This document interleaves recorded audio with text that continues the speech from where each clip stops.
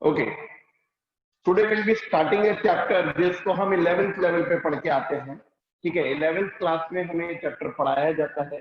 11th class में जब हमें अकाउंटिंग पढ़ाई जाती है तो अकाउंटिंग का क्रक्स बताया जाता है कि अकाउंटिंग का क्रक्स है प्रॉफिट और लॉस निकालना।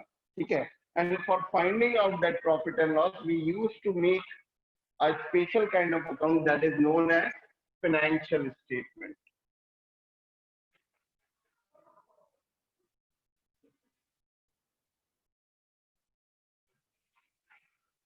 फाइनेंशियल स्टेटमेंट, तो फाइनेंशियल स्टेटमेंट हम पढ़ने वाले हैं। Financial statement of sole proprietorship, क्योंकि देखिए पार्टनरशिप भी होता है। पार्टनरशिप के फाइनेंशियल स्टेटमेंट में तो बहुत चेंज नहीं है, लेकिन जब आप सीए में आगे लेवल पे जाओगे तो आप देखोगे कंपनीज के फाइनेंशियल स्टेटमेंट होते हैं। तो कंपनीज की जो फाइनेंशियल स्टेटमेंट होते हैं वो थोड़ा सा सिस्टम बाउंड होते हैं, उसका फॉर्मेट फिक्स होता है। बट इसीलिए अभी जो हम फाइनेंशियल स्टेटमेंट पढ़ रहे हैं वो पढ़ रहे हैं सोल प्रोप्राइटरशिप। दोनों तरह की कंसर्न, दो तरह की कंसर्न के लिए हम पढ़ेंगे ये फाइनेंशियल स्टेटमेंट। एक तो ट्रेडिंग कंसर्न के लिए,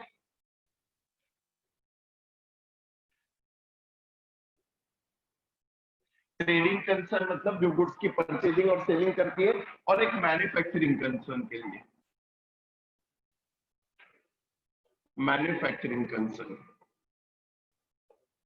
जब आप 11th क्लास में पढ़ते हो आपने प्योरली ट्रेडिंग कंसर्न के लिए पढ़ा है। अभी एक नई चीज आप मैन्युफैक्चरिंग कंसर्न के लिए भी थोड़ा सा डिस्कशन हम करेंगे। ठीक है, लेकिन मोरलेस ज्यादा जो हमारा कंसंट्रेशन होगा, ज्यादा जो क्वेश्चन होंगे वो किससे रिलेटेड होंगे, ट्रेडिंग कंसर्न से रिलेटेड। ठीक है, चलिए जब हम फाइनेंशियल स्टेटमेंट की बात करते हैं तो ये किसी स्पेशल अकाउंट बुक में नहीं बनते, मतलब लेजर में नहीं बनते, इनको सेपरेटली प्रिपेयर किया जाता है, सेपरेट स्टेटमेंट होते हैं। ओके, और तीन चीजें फाइनेंशियल स्टेटमेंट में कवर होती है। पहला ट्रेडिंग अकाउंट, ठीक है। दूसरा profit and loss account, right. और तीसरा स्टेटमेंट जो बनता है वो बनती है बैलेंस शीट। तीन चीजें हम इसमें बनाते हैं, trading account, profit and loss account और बैलेंस शीट। ये दोनों अकाउंट है, बैलेंस शीट अकाउंट नहीं है। आप जानते हैं balance sheet is a kind of statement, उसमें डेबिट क्रेडिट साइड नहीं होती। ठीक है, पढ़ा हुआ से चैप्टर होता है, लेकिन फिर वही सीए में मैक्सिमम टॉपिक वो होते हैं जो हम 11th और 12th क्लास में पढ़ के आते हैं। लेकिन न हम कभी इस माइंडसेट से पढ़ाते हैं कि आपको ये आता होगा, न कभी आपको इस माइंडसेट से पढ़ना है कि हमें ये आता है। आप उसको फ्रेश ही लेके चलिए जैसे हम फ्रेश पढ़ रहे हैं। ठीक है, चलिए तो पहले डिस्कशन करते हैं हम trading and profit and loss account के लिए, कि trading and profit and loss account को इनकम स्टेटमेंट भी कहा जाता है। क्या कहा जाता है, ये इसका सिनोनियम है इनकम स्टेटमेंट। क्यों, देखिए जब भी किसी बिजनेस की हम बात करते हैं, बिजनेस की परफॉर्मेंस की, जब भी बिजनेस के परफॉर्मेंस के बारे में बात की जाती है तो बिजनेस की परफॉर्मेंस दो तरीके से आंकी जाती है। दो तरीके से बिजनेस की परफॉर्मेंस का स्टडी होता है। एक तो उसकी प्रॉफिटेबिलिटी,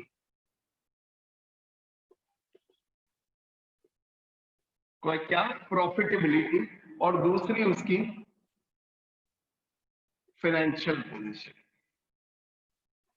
दोनों में क्या डिफरेंस है, प्रॉफिटेबिलिटी मतलब उसकी प्रॉफिट कमाने की क्षमता, कैपेसिटी, कि वो प्रॉफिट कमा रहा है बिजनेस या नहीं कमा रहा है, या वो बिजनेस प्रॉफिट कमाने लायक है या नहीं है, या वो कितना प्रॉफिट कमा रहा है। वो जो पूरे साल भर बिजनेस में मेहनत हो रही है, पूरे साल भर बिजनेस में जो एफर्ट पुट इन किए जा रहे हैं उससे वो कितना प्रॉफिट अर्न कर रहे हैं, दैट इज द प्रॉफिटेबिलिटी। ठीक है, तो प्रॉफिटेबिलिटी फैक्टर उसकी जो ऑन गोइंग प्रोसेस है, जो रेगुलर प्रोसेस, जो रेगुलर वर्किंग वो कर रहे हैं, उसका जो रिजल्ट है वो है प्रॉफिटेबिलिटी। फिर एक होता है फाइनेंशियल पोजीशन। फाइनेंशियल पोजीशन किसी एक साल का रिजल्ट नहीं होता, फाइनेंशियल पोजीशन जो बहुत सारे सालों का जो वर्किंग करता है उसका आउटकम है फाइनेंशियल पोजीशन। मतलब सिंपल भाषा में बोलो तो बिजनेस कितना अमीर है या कितना गरीब है। That is financial position. तो जब हम फाइनेंशियल स्टेटमेंट बनाते हैं एक्सक्यूज मी, तो हम डेफिनेटली बिजनेस की परफॉर्मेंस का एनालिसिस कर रहे हैं, और बिजनेस की परफॉर्मेंस का एनालिसिस ये दो फैक्टर्स पे किया जाता है। आप इसको कैसे भी ले लो, आप क्रिकेट ले लो, क्रिकेट में जो प्लेयर होता है उसका एनालिसिस दो तरीके से होता है। जब भी हम प्लेयर की परफॉर्मेंस का एनालिसिस करते हैं, दो तरीके से करते हैं। एक तो वो जो करंट सीरीज चल रही है, अभी जो मैचेस चल रहे हैं उसमें कैसा खेल रहा है, और एक ओवरऑल प्लेयर कैसा है। बहुत सी बार होता है कि मान लीजिए इंडियन टीम ऑस्ट्रेलिया की सीरीज पे गई और वहां पे विराट कोहली ने 5 मैचेस में ज्यादा रन नहीं बनाए, तो हम क्या कहते हैं कि अच्छा इस मैच में विराट कोहली की फॉर्म अच्छी नहीं है लेकिन प्लेयर तो अच्छा है, ठीक है। और कभी किसी सीरीज में विराट कोहली अच्छा प्लेयर तो है और रन भी बहुत सारे बना रहे हैं। तो सेम वही वाली बात होती है, प्रॉफिटेबिलिटी जो करंट ऑपरेशन चल रहे हैं बिजनेस के, उसका रिजल्ट है प्रॉफिटेबिलिटी, और बिजनेस की ओवरऑल पोजीशन को फाइनेंशियली बताता है फाइनेंशियल पोजीशन, जो हम फाइनेंशियल स्टेटमेंट से फाइंड आउट करते हैं। ऐसा हो सकता है कि कभी किसी साल किसी बिजनेस की प्रॉफिटेबिलिटी अच्छी ना हो, किसी साल किसी बिजनेस ने प्रॉफिट के पॉइंट ऑफ व्यू से अच्छा परफॉर्म ना किया हो, बट हो सकता है उसकी फाइनेंशियल पोजीशन अच्छी। आज जियो के लिए हम बोलते हैं दुनिया की सबसे बड़ी कंपनी है, इंडिया की तो सबसे बड़ी कंपनी हो गया, अब जियो फाइनेंशियली बहुत स्ट्रांग है। तो हो सकता है कोई एक ऐसा साल आ जाए जब उसकी प्रॉफिटेबिलिटी अच्छी ना हो, छूट आज तो बहुत अच्छी है और भगवान करे आगे भी अच्छी रहे, लेकिन जस्ट एक एग्जाम्पल ले लें कि हो सकता है कोई एक ऐसा साल आ जाए जहां उसकी प्रॉफिटेबिलिटी क्या हो जाए, कम हो जाए, लेकिन फाइनेंशियल पोजीशन अच्छी रहे, हो सकती है। तो ये दो चीजों से किसी भी बिजनेस के परफॉर्मेंस को स्टडी किया जाता है। तो यहाँ पे भी वही है कि ये जो दो अकाउंट हम बनाते हैं, trading account and profit and loss account, ये दोनों अकाउंट बिजनेस की प्रॉफिट पोजीशन को बताते हैं। बिजनेस की जो बिजनेस के ऑपरेशन हुए हैं पूरे साल, जो बिजनेस में काम हुआ है, उससे बिजनेस को ने कितना प्रॉफिट अर्न किया, उसको बताते हैं ये trading and profit and loss account. इसीलिए इनको इनकम स्टेटमेंट भी कहा जाता है। सिनोनिम्स याद रखना है, बिकॉज ये बिजनेस की नेट इनकम को प्रेजेंट करते हैं, बिकॉज ये बिजनेस के नेट प्रॉफिट को बताते हैं, नेट रिजल्ट को बताते हैं, that's why they are known as income statement, ठीक है। इनको एक और नाम है, इनको पीरियड स्टेटमेंट भी कहा जाता है, period statement. Why they are known as period statement? Because ये एक पर्टिकुलर पीरियड का प्रॉफिट बताते हैं। आपने अक्सर देखा होगा कि हम बोलते हैं कि प्रॉफिट निकालना है पूरे साल का, प्रॉफिट निकालना है 6 महीने का, प्रॉफिट निकालना है 8 महीने का, मतलब एक पीरियड का प्रॉफिट आप निकालते हो, जो कि प्रॉफिट जो एक पीरियड तक वर्किंग किया जाता है उसका रिजल्ट होता है, ठीक है। तो पीरियड स्टेटमेंट इसीलिए बोलते हैं क्योंकि इन दोनों अकाउंट से जो रिजल्ट फाइंड आउट होता है वो एक पर्टिकुलर पीरियड के लिए होता है, that is why it is also known as period statement. Any doubt? ठीक है, फिर बात करते हैं balance sheet. Balance sheet business की फाइनेंशियल पोजीशन को बताती है, ठीक है। मैं ये कहता हूँ कि आपको ये मानना है कि आप फ्रेश पढ़ रहे हो, मैं भी पढ़ा रहा हूँ तो ये मानता हूँ कि फ्रेश ही पढ़ा रहा हूँ, लेकिन फिर भी क्योंकि 2 साल आप कॉमर्स पढ़ के आए हो तो थोड़ी थोड़ी चीजें मैं मान सकता हूँ बैलेंस शीट के बारे में, इसके बारे में आपको पता है। तो हमें पता है बैलेंस शीट क्या बताती है, फाइनेंशियल पोजीशन बताती है, इसलिए इसको पोजीशन स्टेटमेंट भी कहा जाता है। बैलेंस शीट पोजीशन बताती है, बिजनेस की फाइनेंशियल पोजीशन बताती है, इसलिए इसको पोजीशन स्टेटमेंट भी कहा जाता है, बिकॉज ये पोजीशन को बताती है। और इसका एक और नाम है, ये सिनोनिम से, इसको पॉइंट स्टेटमेंट भी कहा जाता है। क्या बोलते हैं? Point statement. पॉइंट स्टेटमेंट क्यों? क्योंकि जो प्रॉफिट एंड लॉस निकलता है वो तो एक पीरियड के लिए निकलता है, लेकिन बैलेंस शीट के ऊपर आप क्या हेडिंग लिखते हो? As on, as at, as on 31 March 2020, मतलब बैलेंस शीट हमें 31 मार्च 2020 की पोजीशन बता रही है, उसके पहले कुछ और होगा और उसके बाद कुछ और होगा, because the financial position shown by the balance sheet is at a point of time, that's why it is known as point based. Very clear. तो ये एक बेसिक इंट्रोडक्शन, 3 चीजें हम बनाने वाले हैं। अब एक एक करके इनको डिस्कस करते हैं। About trading account, about profit and loss account, about balance sheet, फिर कुछ एडजस्टमेंट और फिर हम क्वेश्चन स्टार्ट करेंगे। Okay, let's see.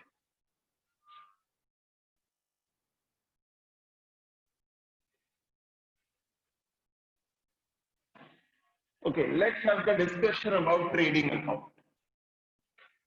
Trading account के बारे में हम डिस्कस करें, ठीक है। ट्रेडिंग अकाउंट प्रॉफिट का जब डिटर्मिनेशन किया जाता है, प्रॉफिट जब फाइंड आउट किया जाता है, तो प्रॉफिट को 2 तरीके से स्टडी किया जाता है। एक तो प्रॉफिट होता है the difference between purchasing and selling, कि गुड्स को जो बिजनेस में हम परचेज करके लाए और जो गुड्स को हमने सेल किया, एक तो होता है उसका डिफरेंस, जिसको हम बोलते हैं ग्रॉस प्रॉफिट, ठीक है। और एक बिजनेस का ओवरऑल प्रॉफिट, जिसको हम बोलते हैं नेट प्रॉफिट। देखिए, अकाउंटिंग का एक बड़ा इंपॉर्टेंट पार्ट होता है एनालिसिस। हम जब बेसिक्स पढ़ते हैं अकाउंटिंग के, तो हम ये पढ़ते हैं कि अकाउंटिंग में रिकॉर्डिंग के साथ साथ एक एनालिटिकल पार्ट भी होता है, जहां पे हम एनालिसिस कर पाते हैं अपने रिजल्ट्स का, ठीक है। तो क्या होता है, अगर मान लीजिए कोई बिजनेसमैन है जो बिजनेस कर रहा है, ठीक है, उसने परचेजिंग की होगी, पूरे साल बहुत सारी इनकम हुई होगी, पूरे साल बहुत सारे एक्सपेंसेस हुए होंगे, और फाइनल उसका रिजल्ट निकाल दिया तो उसका या तो प्रॉफिट आ गया या लॉस आ गया, ठीक है। अब हो सकता है प्रॉफिट भी ज्यादा भी आ सकता है और कम भी आ सकता है और लॉस भी आ सकता है। तो क्या हुआ, आपने सिर्फ सारे जितना उसने ऑपरेशन किए पूरे साल भर, उसका एक रिजल्ट निकाल के दे दिया इन द फॉर्म ऑफ प्रॉफिट और लॉस, ठीक है। अब पॉइंट ये है कि वो एनालिसिस तो कर ही नहीं पाया। क्यों? उसका तो ठीक है भैया कि पूरे साल जो किया उसका रिजल्ट निकाल के ये तेरा प्रॉफिट हुआ, ये लॉस हुआ। प्रॉफिट ज्यादा हुआ तो क्यों हुआ, कम हुआ तो क्यों हुआ, और लॉस में गया तो क्यों गया। आज मान लीजिए किसी का पूरे साल बिजनेस करने के बाद लॉस निकला। अब वो लॉस किसकी वजह से हो रहा है? वो जो गुड्स खरीद के ला रहा है फिर उनको बेच रहा है, क्या क्या उसका प्राइस की वजह से लॉस हो रहा है, किस वजह से लॉस हो रहा है, वो उसको तो एनालिसिस नहीं कर पाएगा, राइट। तो फिर बेटर अकाउंट्स को इस तरह से प्रेजेंट करना कि वो उसका बेटर एनालिसिस कर पाए। तो प्रॉफिट को 2 तरीके से स्टडी किया जाता है। एक प्रॉफिट स्टडी किया जाता है the difference between the purchasing and selling, कि जब वो गुड्स को मार्केट से अपने डेस्टिनेशन पे, अपने डेस्टिनेशन मतलब कि शॉप या गोडाउन तक लेके आ रहा है, तो उसमें उसको कितना फायदा हो रहा है। और फिर जब वो बेच रहा है तो जो बिजनेस के एक्स्ट्रा खर्चे हो रहे हैं उसमें कितना फायदा। अगर मैं इसको बहुत सिंपल सेंस में समझाऊं कि मान लीजिए कोई शॉपकीपर है 10 रुपए की गुड्स परचेज करता है, एक बहुत छोटा सा एग्जांपल ले रहा हूं समझने के लिए, 50 पैसे उसका खर्चा आ जाता है उस गुड्स को अपनी शॉप तक लाने में। मतलब उसको वो गुड्स वास्तव में 10.5 का पड़ा, 10.5 का पड़ा, और वो उस गुड्स को सेल कर रहा है 15 रुपीज में, तो उसको 4.5 का क्या हो रहा है, प्रॉफिट हो। मतलब गुड्स को अगर वो सिर्फ खरीद के ला रहा है और वो गुड्स को बेच रहा है उसमें उसे 4.5 रुपए का मार्जिन मिल रहा है। मार्जिन मतलब प्रॉफिट ही हुआ, ठीक है। अब ये इसका लेकिन रियल प्रॉफिट नहीं है। क्यों? क्योंकि दुकान चलाने में उसे और भी तो खर्चा करना पड़ रहा है। यहाँ तो हमने सिर्फ गुड्स को परचेज करते समय उसको अपनी डेस्टिनेशन तक लाने में जो खर्चा किया सिर्फ उसी को कंसीडर किया। दुकान चलाने में तो उसको दुकान का रेंट भी देना पड़ रहा है, बिजली का बिल भी देना पड़ रहा है, आजकल तो इंटरनेट का कभी खर्चा करना पड़ रहा है, एम्प्लॉयज भी होंगे, ठीक है। पता चला उसका जो एक्स्ट्रा एक्सपेंसेस है, जो शॉप के एक्सपेंसेस है, मेंटेन करने वाले एक्सपेंसेस है, वो 3.5 के होंगे। तो भाई उसके पास नेट प्रॉफिट तो 1 रुपए की बचा। तो दिस इज द एनालिसिस। तो वो क्या एनालिसिस कर पाया कि अच्छा, जब मैं गुड्स को खरीद के बेच रहा था तो मुझे 4.5 का फायदा था, मेरे शॉप से और बिजनेस को रन करने के दूसरे ऑपरेटिंग एक्सपेंसेस या नॉन ऑपरेटिंग एक्सपेंसेस, कोई भी एक्सपेंसेस इतने हुए कि मेरे पास लास्ट में सिर्फ कितना बच रहा है, 1। तब वो क्या करेगा, अगले सेशन से अगले ईयर से इसको कम करने की कोशिश करेगा, तो एनालिसिस कर पाया। इसलिए प्रॉफिट को दो तरीके से स्टडी किया जाता है, trading account and profit and loss account. अब होता क्या है ना, 11th में तो बहुत सी बार ऐसे भी पढ़ा देते टीचर की बेटा ट्रेडिंग अकाउंट बनाते हैं और प्रॉफिट एंड लॉस अकाउंट बनाते क्यों है कि हम बस बनाते हैं, बस होता है ग्रॉस प्रॉफिट, लेकिन ये ऑब्जेक्टिव होता है दो तरीके से प्रॉफिट को स्टडी करना। ठीक है, तो अब ट्रेडिंग अकाउंट के फॉर्मेट की हम बात करें। ट्रेडिंग अकाउंट क्योंकि ये पीरियड स्टेटमेंट होता है, इसलिए for the year ending 31st March, whatever is the year,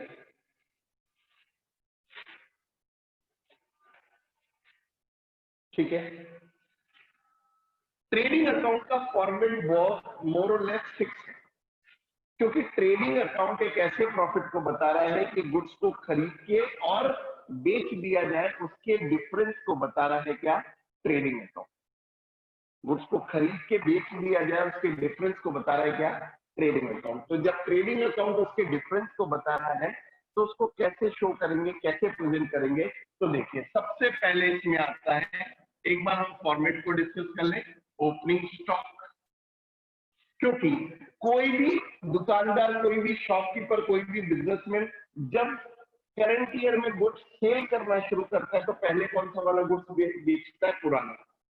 ठीक है, तो to opening stock, to purchases, बिल्कुल बेसिक फॉर्मेट जो हम 11th क्लास में पढ़ के आते हैं। To direct expenses,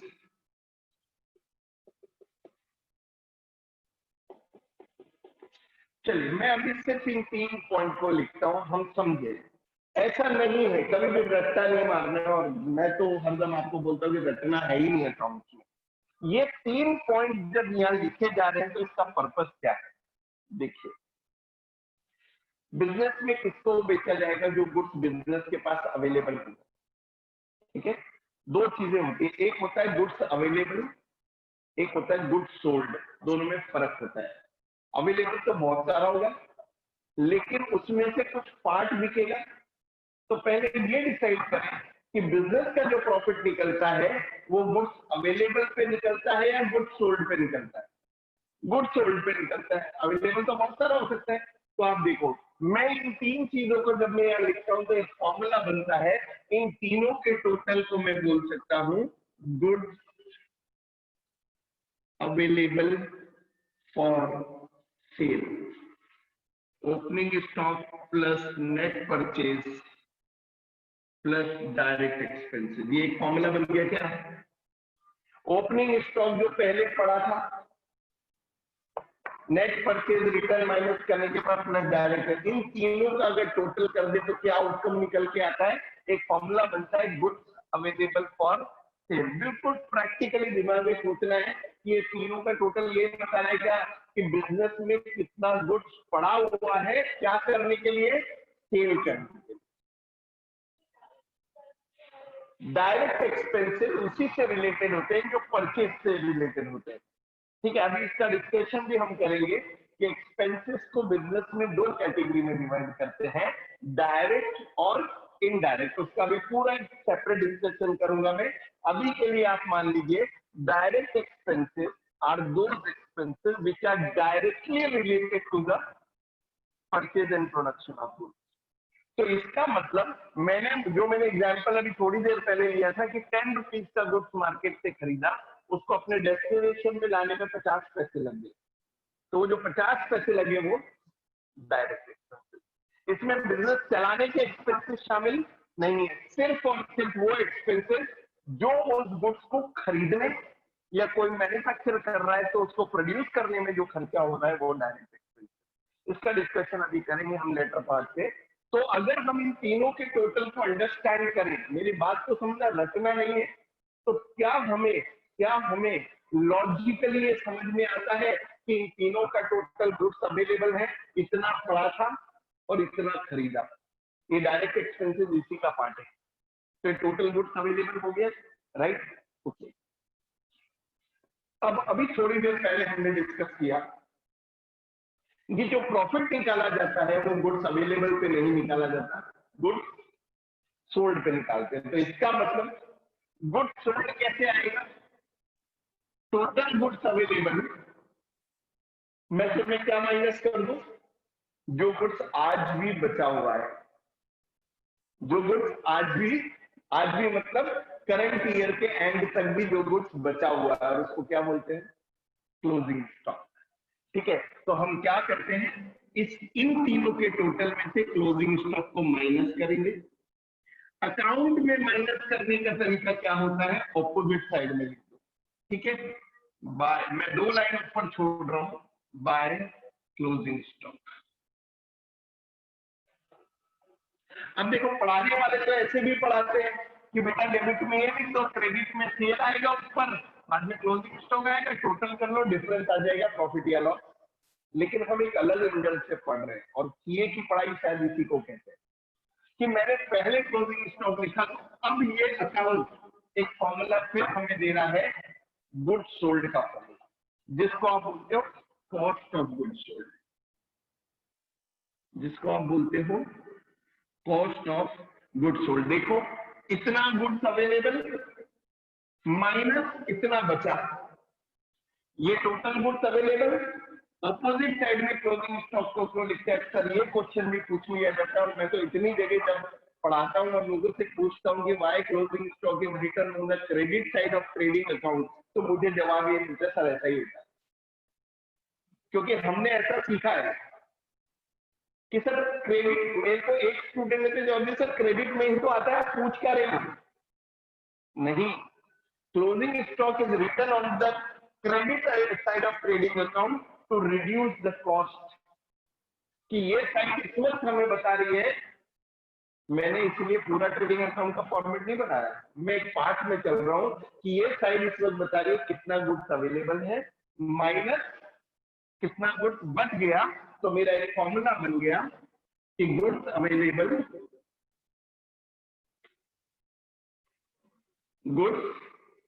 available for sale minus goods available for sale minus closing stock. तो क्या आता है? कॉस्ट ऑफ गुड्स सोल्ड, जिसको शायद आप 12th लेवल पे भी पढ़ के आते हो, opening stock plus purchase plus direct expenses minus closing stock. तो वो यहां से बनाए फॉर्मूला, वो कोई ऊपर से भगवान से बना के नहीं भेजा फॉर्मूला, ट्रेडिंग अकाउंट से वो फॉर्मूला क्रिएट हुआ है। फॉर्मूले से ट्रेडिंग अकाउंट क्रिएट नहीं हुआ, ये ट्रेडिंग अकाउंट के कॉन्सेप्ट से इस फॉर्मूले को बनाया गया है।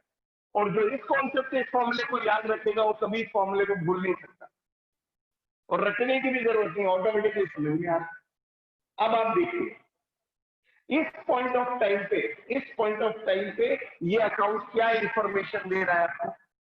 इस पॉइंट ऑफ टाइम पे ये अकाउंट इंफॉर्मेशन दे रहा है क्या? Cost of goods sold.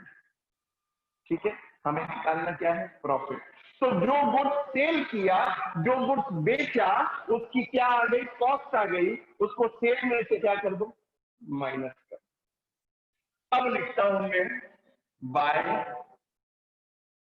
Cell, net sale, sorry return minus कर दूं, तो ये आ गई नेट सेल।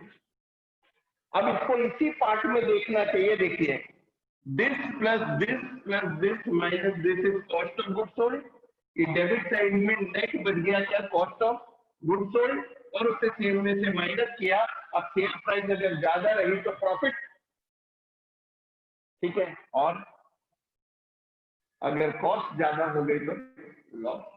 ठीक है, तो अगर सेल ज्यादा है तो डिफरेंस वही क्रेडिट बैलेंस आ जाएगा। इस अकाउंट का क्रेडिट बैलेंस कहलाएगा टू ग्रॉस प्रॉफिट। ठीक है, कैरी डाउन भी लिख देते हैं बहुत सारे लोग, क्योंकि ये कहां कैरी डाउन होगा? आगे नेट प्रॉफिट निकालने के लिए। तो अभी तो आप इसको सिर्फ ग्रॉस प्रॉफिट लिखिए। और अगर कॉस्ट ज्यादा हो जाए, by gross loss.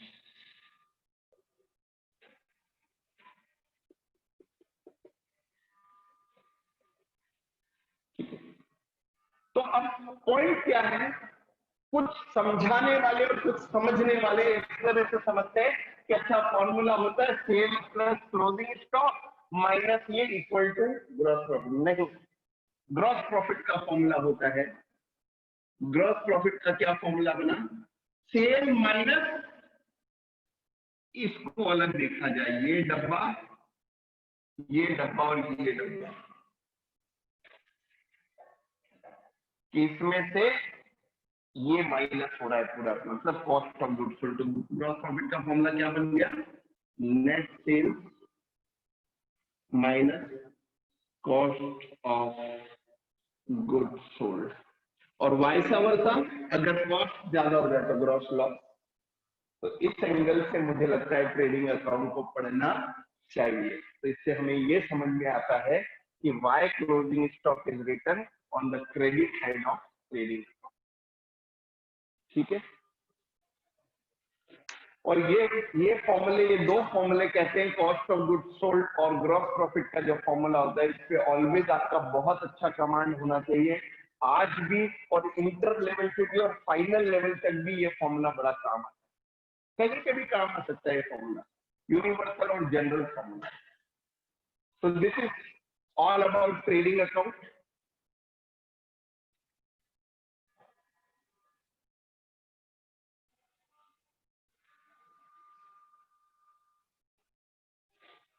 Okay, now before discussing about the profit and loss account, मैं पहले जरा एक्सपेंसेस के बारे में डिस्कस कर लेता हूँ।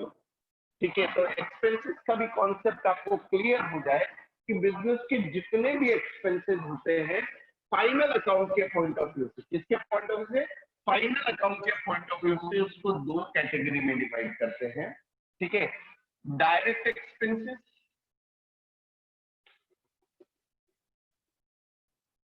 Indirect expenses.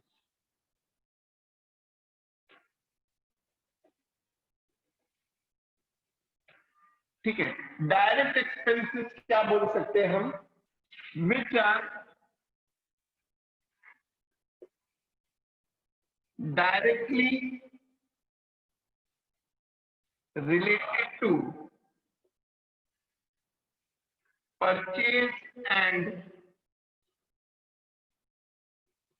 production of goods and services, which are directly related to purchase and production of goods and services.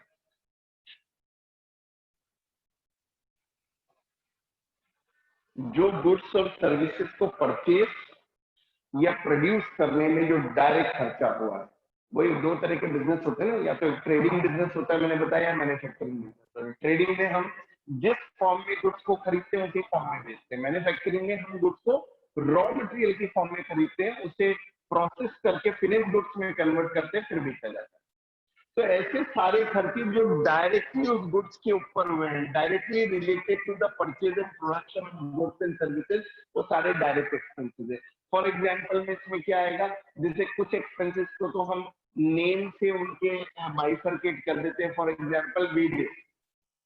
ठीक है, हमने माना कि वेजेस जो है मजदूरी हिंदी में बोलते हैं, वेजेस जो है वो कहाँ होगी, फैक्ट्री में होगी, या वेजेस कहाँ होगी, आप कोई गुड्स परचेज करके लाओगे तो कोई बंदा जो उसको आपके लिए उस गुड्स को ढो के ला रहा है, उसको मजदूरी दोगे, दैट इज वेजेस। तो वेजेस को सीधे लिंक किससे कर दिया जाता है, डायरेक्ट एक्सपेंसेस की। भैया वेजेस जो है या तो फैक्ट्री में होती है, मजदूरी का होती है, फैक्ट्री में मजदूर होते हैं, तो या तो फैक्ट्री में दी जाती है, तो फैक्ट्री में क्या होता है, गुड्स का प्रोडक्शन होता है, इसलिए वेजेस को सीधे सीधे लिंक कर दिया है किससे, डायरेक्ट एक्सपेंसेस से।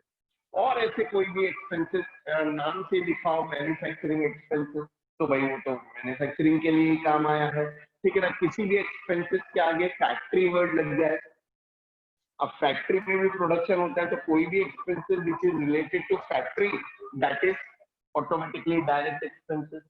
ठीक है, या फिर फ्रेट, कैरेज, कार्टेज, ये मानते हैं भाड़ा, फ्रेट, कैरेज, कार्टेज, गाड़ी भाड़ा, एक ही बात है। ठीक है, ये सब भी बाय डिफॉल्ट ये माना जाता है किसमें लगा होगा, गुड्स को खरीद के अपने डेस्टिनेशन पे लाने तक। या इनके आगे कभी एक वर्ड लग जाता है इनवर्ड, कैरी कार्टेज फ्रेट के आगे एक वर्ड लग जाएगा क्या, इनवर्ड। इनवर्ड का मतलब भी गुड्स को अंदर लाने के लिए, तो वो भी परचेज का एक्सपेंसेस हो गया। लाइकवाइज कुछ एक्सपेंसेस होते हैं जो ऑटोमेटिकली ऐसा डिनोट करते हैं कि परचेज पे हुआ होगा। For example import duty, import import मतलब बाहर से खरीदना। एक्साइज ड्यूटी, एक्साइज ड्यूटी भी कब लगती है, जब बाहर से कोई गुड्स खरीदा जाता है, तो ये साथ में परचेज पे होगा। ठीक है, ऐसे ही डॉक चार्जेस, डॉक जहाँ पे शिप्स खड़े होते हैं, ठीक है, तो डॉक चार्जेस कहीं पे भी आते हैं तो उसको भी बाय डिफॉल्ट किसका एक्सपेंसेस माना जाता है, परचेज का एक्सपेंसेस माना जाता है। तो कुछ चीजें आप पढ़ोगे तो उसके नेचर से लगेगा कि अच्छा ये परचेज और प्रोडक्शन पे हुआ होगा। ठीक है, अब जैसे लाइटिंग और इलेक्ट्रिसिटी नॉर्मल दे रखी होती है तो हम उसे बिजनेस का इनडायरेक्ट, अभी पढ़ाऊंगा मैं, इनडायरेक्ट एक्सपेंसेस में लेते हैं, लेकिन उसके आगे फैक्ट्री लग जाए तो डायरेक्ट में चला जाता है। वो तो मैंने पहले ही बता दिया, किसी भी एक्सपेंसेस के आगे फैक्ट्री लग जाएगा तो डायरेक्ट हो जाएगा। ऐसे ही जैसे कहते हैं ना, कभी कभी हम क्या होता है नेम से इजीली बाइफरकेट कर पाते हैं कि अच्छा ये परचेज एंड प्रोडक्शन का है, ये अदर एक्सपेंसेस है। जैसे आज लाइटिंग की बात की, सिंपल लाइटिंग है तो फिर हम उसे परचेज प्रोडक्शन का नहीं मानते, इनडायरेक्ट कैटेगरी में डाल देते हैं। लेकिन एक वर्ड होता है fuel and power, oil coal and gas. अब ये फ्यूल वर्ड का यूज होता है फैक्ट्री, पावर का यूज होती है फैक्ट्री में, कोल का यूज होता है फैक्ट्री में, ऑयल गैस का यूज होती है फैक्ट्री में, तो ये ऑटोमेटिकली डायरेक्ट का पार्ट करा जाता है। ठीक है, तो direct expenses which are directly related to purchase and production of goods and services, जिसको हम ट्रेडिंग अकाउंट में लेते हैं। और इनडायरेक्ट एक्सपेंसेस मैं बोल दूं जो डायरेक्ट नहीं है वो सब इनडायरेक्ट है। All other expenses and losses of business, business के बाकी जितने भी एक्सपेंसेस एंड लॉसेस है वो सब किस कैटेगरी में आ जाते हैं, इनडायरेक्ट। तो मैं तो ये कहता हूँ कि डायरेक्ट याद रहना चाहिए, बाकी सब इनडायरेक्ट है। हाँ, उसको थोड़ा बाइफरकेट अगर हम करें तो कौन कौन से एक्सपेंसेस आ जाते हैं इनडायरेक्ट में, एक हम कैटेगरी बनाते हैं उसमें office and administration expense.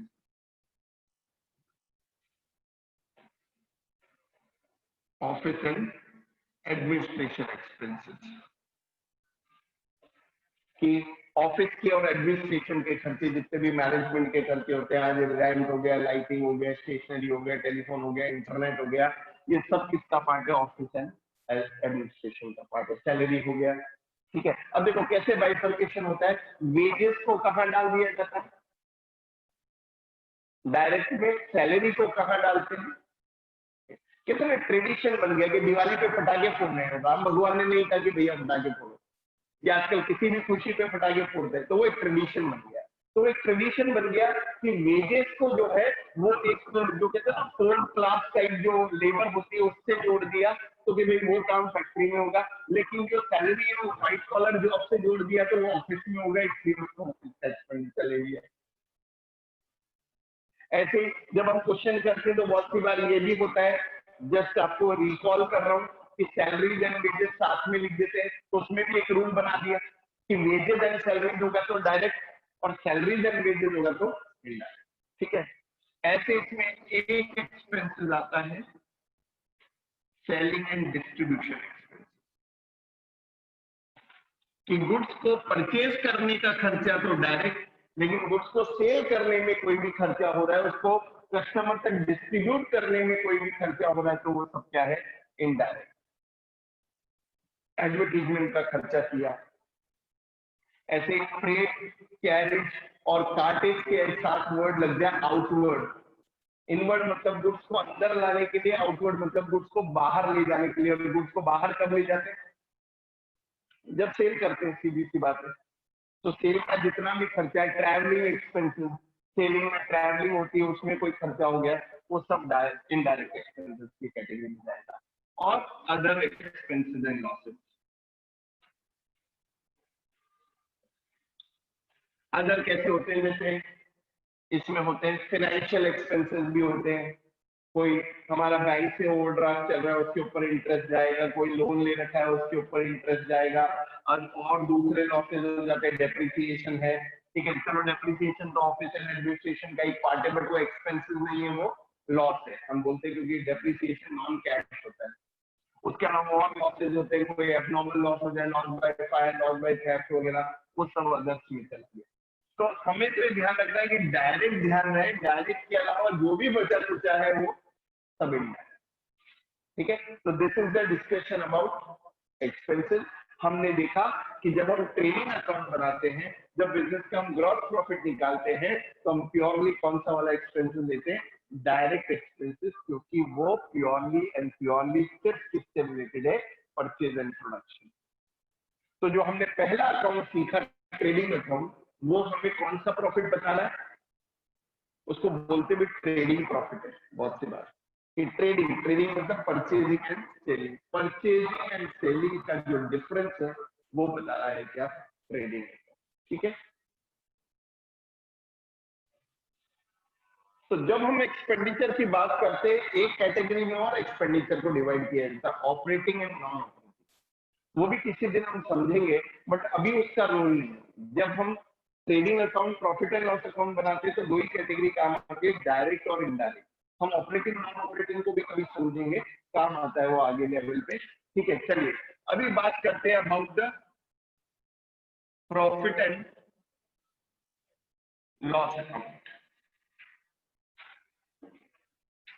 Profit and loss account के बारे में बात करें तो profit and loss account business का क्या बताता है, नेट प्रॉफिट बताता है। नेट प्रॉफिट जिसको मैं कह सकता हूं किसी भी बिजनेस का ओवरऑल प्रॉफिट नेट प्रॉफिट है, ठीक है। पूरे बिजनेस में जो किया उसका फाइनल आउटकम जो है वो क्या है, नेट प्रॉफिट है, जो एंड में बिजनेस की पॉकेट में बचा पूरे साल बिजनेस करने के बाद, सारे एक्सपेंसेस सारे इनकम का रिजल्ट है क्या, नेट प्रॉफिट, ठीक है। तो प्रॉफिट एंड लॉस का भी फॉर्मेट यही होता है, प्रॉफिट एंड लॉस अकाउंट।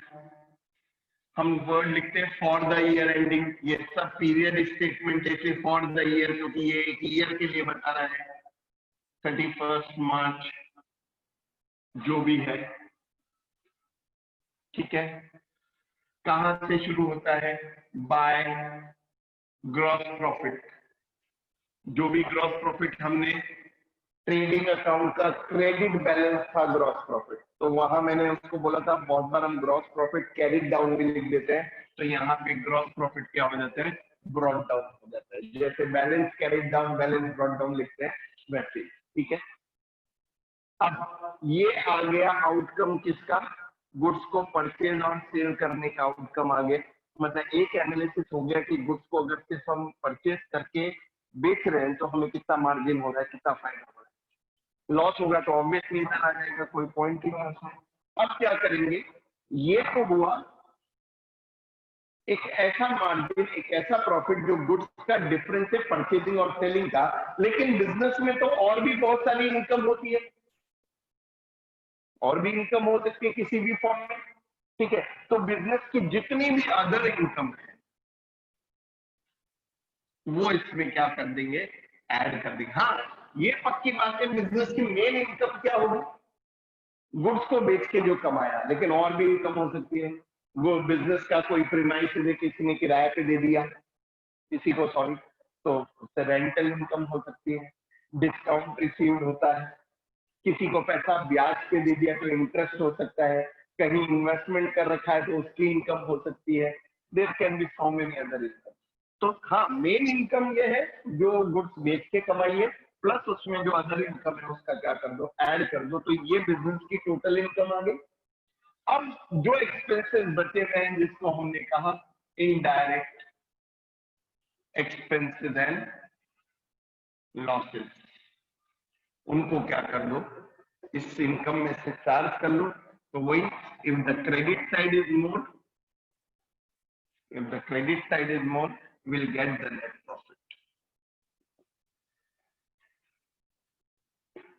जो ओनर को दिया जाता है फाइनल प्रॉफिट, डेबिट ज्यादा हो जाए तो नेट लॉस,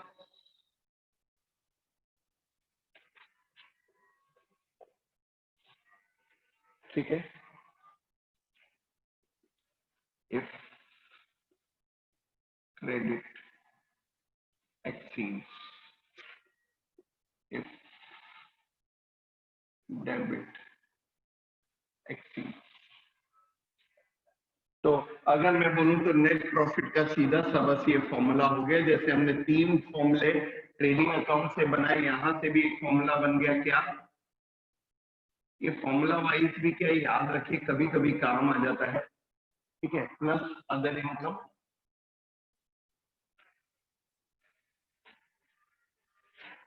माइनस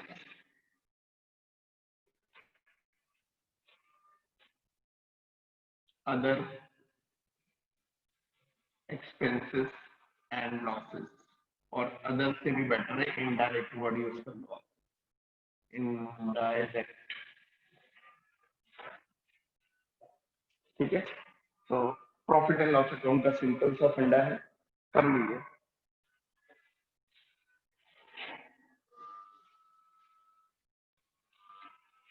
फाइन, अभी हमने दोनों का अलग अलग फॉर्मेट पढ़ा, बट जनरली जब हम फाइनेंशियल स्टेटमेंट ड्राफ्ट करते हैं तो दोनों का एक ही फॉर्मेट बनाते हैं और एक साथ हेडिंग डाल देते हैं, trading and profit and loss account for the year ending. ठीक है, एक ही फॉर्मेट में बना लेते हैं, सेपरेट फॉर्मेट नहीं बनाते। चलिए नेक्स्ट डिस्कशन हम जरा कर लेते हैं अबाउट द बैलेंस शीट, जो जनरली हम बहुत बना के आते हैं। तो बात करते हैं अबाउट द बैलेंस शीट। ठीक है, हम कहते हैं balance sheet is a statement. Balance sheet एक तरह का स्टेटमेंट है, it is not a account, क्योंकि उसमें डेबिट और क्रेडिट साइड नहीं।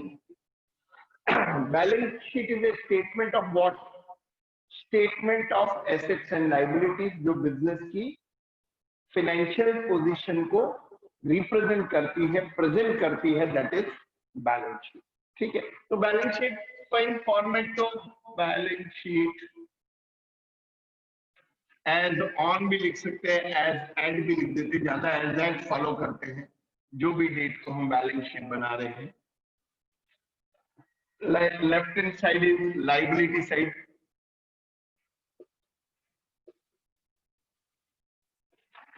right hand side is asset side. Now we are writing all the assets, सारी एसेट आ रही है, सारी लाइबिलिटीज आ रही है। अब क्या होता है, एक इंपॉर्टेंट पॉइंट होता है कि जब हम इसमें एसेट्स और लाइबिलिटीज को प्रेजेंट करते हैं, इसमें प्योरली क्या आती है, एसेट्स और लाइबिलिटीज। जब हम बैलेंस शीट में एसेट्स और लाइबिलिटीज को प्रेजेंट करते हैं तो एक पॉइंट आता है कि हम उनको प्रेजेंट कैसे करें, means which asset will be shown first and which at the last। Liabilities में हम जानते हैं कैपिटल भी आती है और लाइबिलिटीज भी आती है, तो भाई पहले किसको दिखाएं। ठीक है, तो क्या होता है बैलेंस शीट के केस में, जब बैलेंस शीट को प्रेजेंट करने की बात आती है तो दो ऑर्डर चलते हैं, दो ऑर्डर्स चलते हैं to present the balance sheet.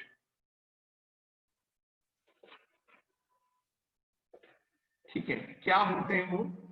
एक होता है परमानेंस ऑर्डर, एक होता है परमानेंस ऑर्डर, एक होता है लिक्विडिटी ऑर्डर।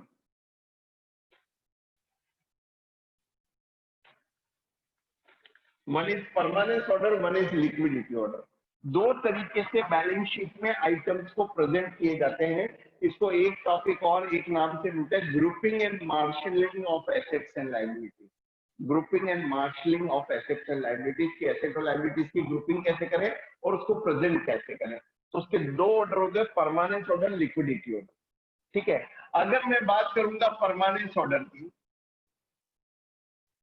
परमानेंस ऑर्डर, तो परमानेंस ऑर्डर में क्या होती है कि जो एसेट्स हैं, जो एसेट्स हैं उसमें जो मोर परमानेंट है, कौन सी मोर परमानेंट है, उसको शोन फर्स्ट। जो एसेट है जो मोर परमानेंट है वो पहले दिखाई जाएगी, और लाइबिलिटीज में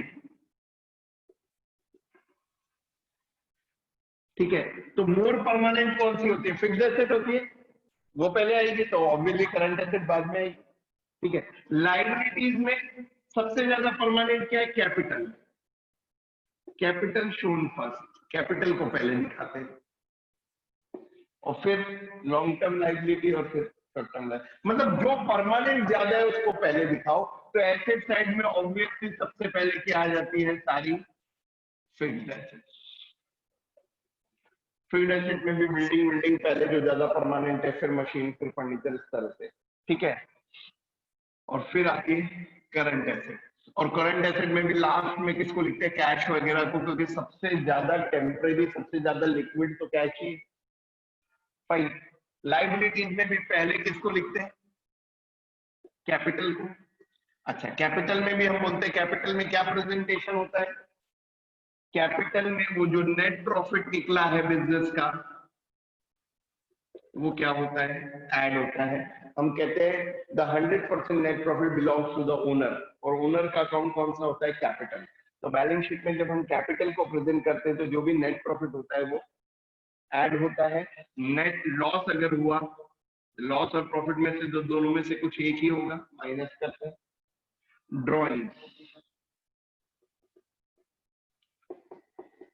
ड्रॉइंग्स भी हम अच्छे से समझते हैं। तो कैपिटल में फाइनल अकाउंट बनाते वक्त, बैलेंस शीट बनाते वक्त कैपिटल में ये एडजस्टमेंट तो होने ही होने हैं। या तो इधर प्रॉफिट होगा और लॉस होगा तो उसको प्लस माइनस करेंगे, और अगर ड्रॉइंग की होगी तो उसको माइनस करके यहाँ जो कैपिटल दिखाते हैं जिसको बोलते हैं एडजस्टेड कैपिटल और क्लोजिंग कैपिटल, कि ईयर के एंड की कैपिटल होती है क्लोजिंग कैपिटल। ठीक है, और फिर हम दिखाते हैं लॉन्ग टर्म लायबिलिटीज, और फिर दिखाई जाती है करंट लायबिलिटीज। आजकल लॉन्ग टर्म लायबिलिटी को नॉन करंट लायबिलिटीज भी बोला जाता है, एक ही बात है। लॉन्ग टर्म लायबिलिटी बोल दे या नॉन करंट लायबिलिटी बोल दे। ये बैलेंस शीट का फॉर्मेट है, कौन से ऑर्डर से? परमानेंट ऑर्डर से। ठीक है, अगर मैं डिस्कस करूं किसको? लिक्विडिटी ऑर्डर को भी हम डिस्कस करते हैं।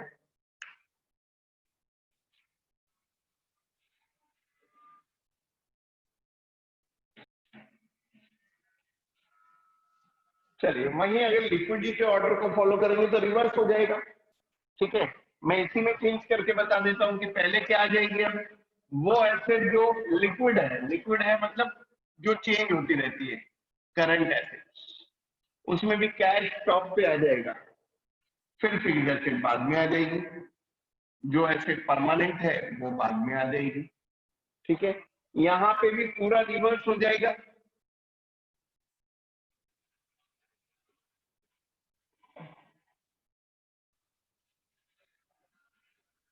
अब जो करंट लायबिलिटीज है वो पहले शो करेंगे, फिर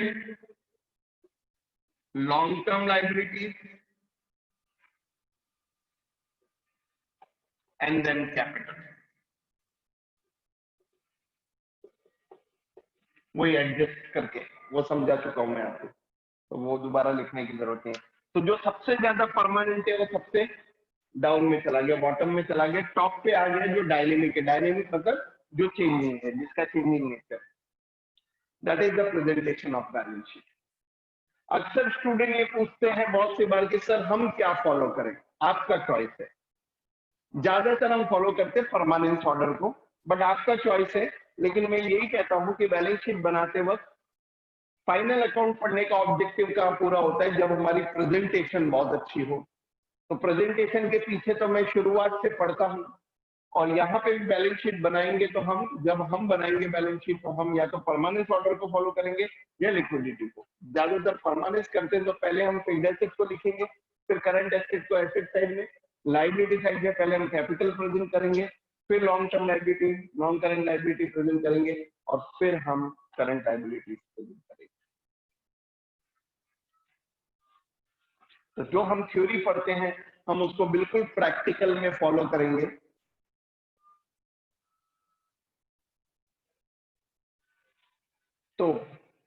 आज फाइनेंशियल स्टेटमेंट में हमने बेसिक पढ़ लिया उसका, हमने जो 3 चीजें उसमें बनती है अभी तक, trading account, profit and loss account और बैलेंस शीट, उसके फॉर्मेट्स को डिस्कस कर लिया, उसके जो कॉन्सेप्ट्स हैं उसको डिस्कस कर लिया।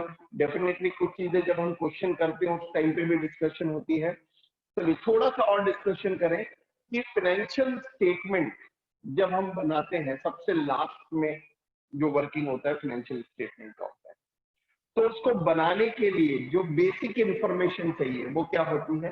Trial balance. ट्रायल बैलेंस के बेसिस पे हम फाइनेंशियल स्टेटमेंट बनाते हैं। और तो जब हम ट्रायल बैलेंस पढ़ते हैं तो हम ऐसा पढ़ते हैं उसकी कोई ऑफिशियल वैलिडिटी नहीं होती, ठीक है। तो बेसिकली फाइनेंशियल स्टेटमेंट बनाने के लिए जो हमें पूरे क्या चाहिए उसके लिए में जो पूरे साल बिजनेस में हुआ उसका पूरा एक तरह से डिटेल्स चाहिए। वो डिटेल कहाँ मिलेगी? लेजर में। तो फाइनेंशियल स्टेटमेंट बनाने के लिए जो बेसिक इंफॉर्मेशन गैदर की जाती है, कलेक्ट की जाती है, सारे अकाउंट की इंफॉर्मेशन चाहिए and every account is prepared in ledger. तो हम लेजर से वो सारी इंफॉर्मेशन उठाते हैं in the form of trial balance.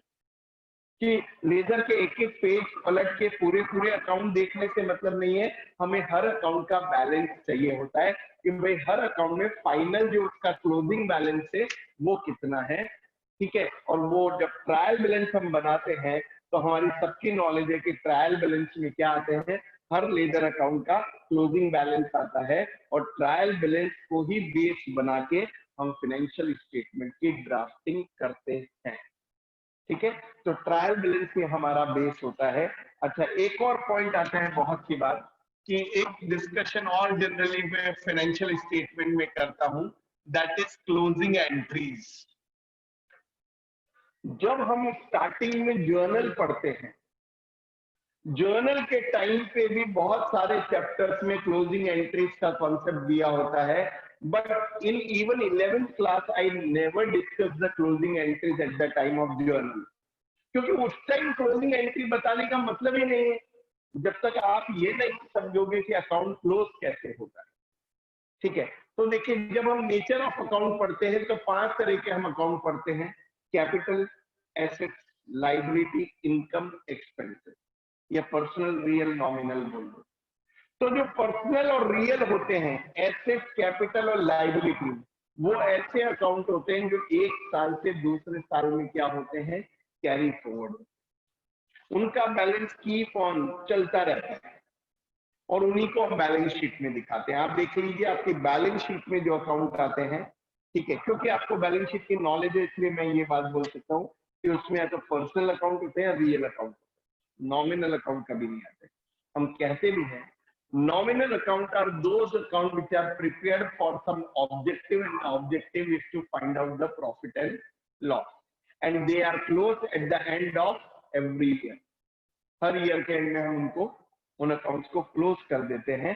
तो उन अकाउंट्स को जो क्लोज करने के लिए एंट्री बनती है, that is known as closing entry, ठीक है। अब क्लोजिंग एंट्री कैसे बनी? ठीक है, देखते हैं।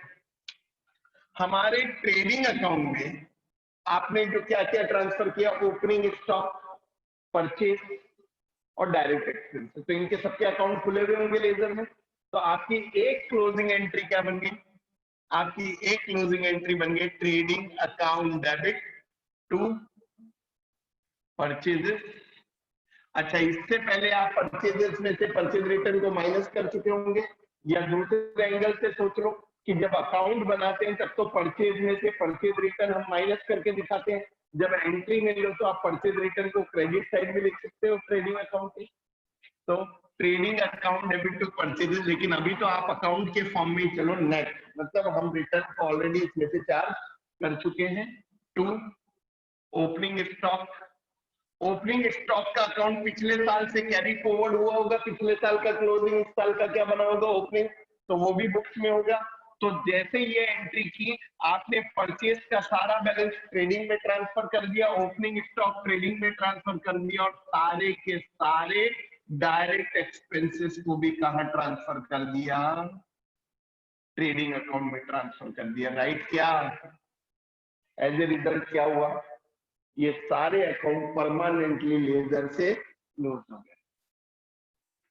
सेम होता है किसके साथ, सेल्स के साथ। देखिए परचेज और सेल को हम रियल अकाउंट बोल देते हैं जब अकाउंट की बात आती है। रियल अकाउंट भी होता है जब हम उसको गुड्स के पॉइंट ऑफ व्यू से बात करते हैं, और purchase and sale nominal account भी होता है जब हम उसको इनकम और एक्सपेंसेस के लिहाज से देखते हैं। ठीक है, तो सेल्स अकाउंट वही नेट बोलता हूं, रिटर्न माइनस करने के बाद account debit to trading account, right. और एक ऐसा अकाउंट होता है जो फाइनल अकाउंट बनाने वाले दिन क्लोज नहीं होता, उस दिन ओपन होता है, वो होता है closing stock.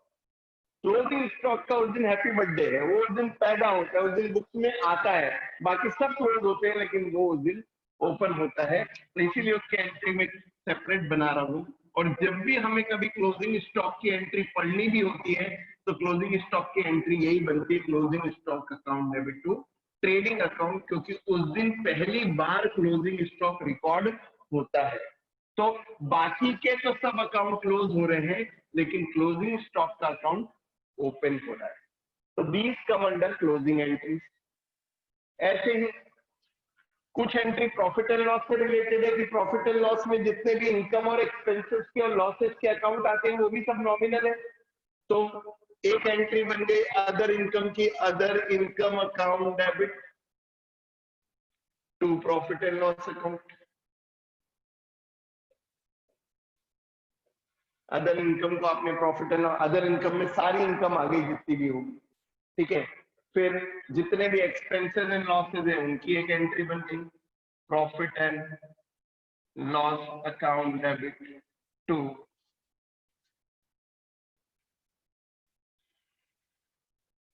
Indirect expenses and losses, that's it.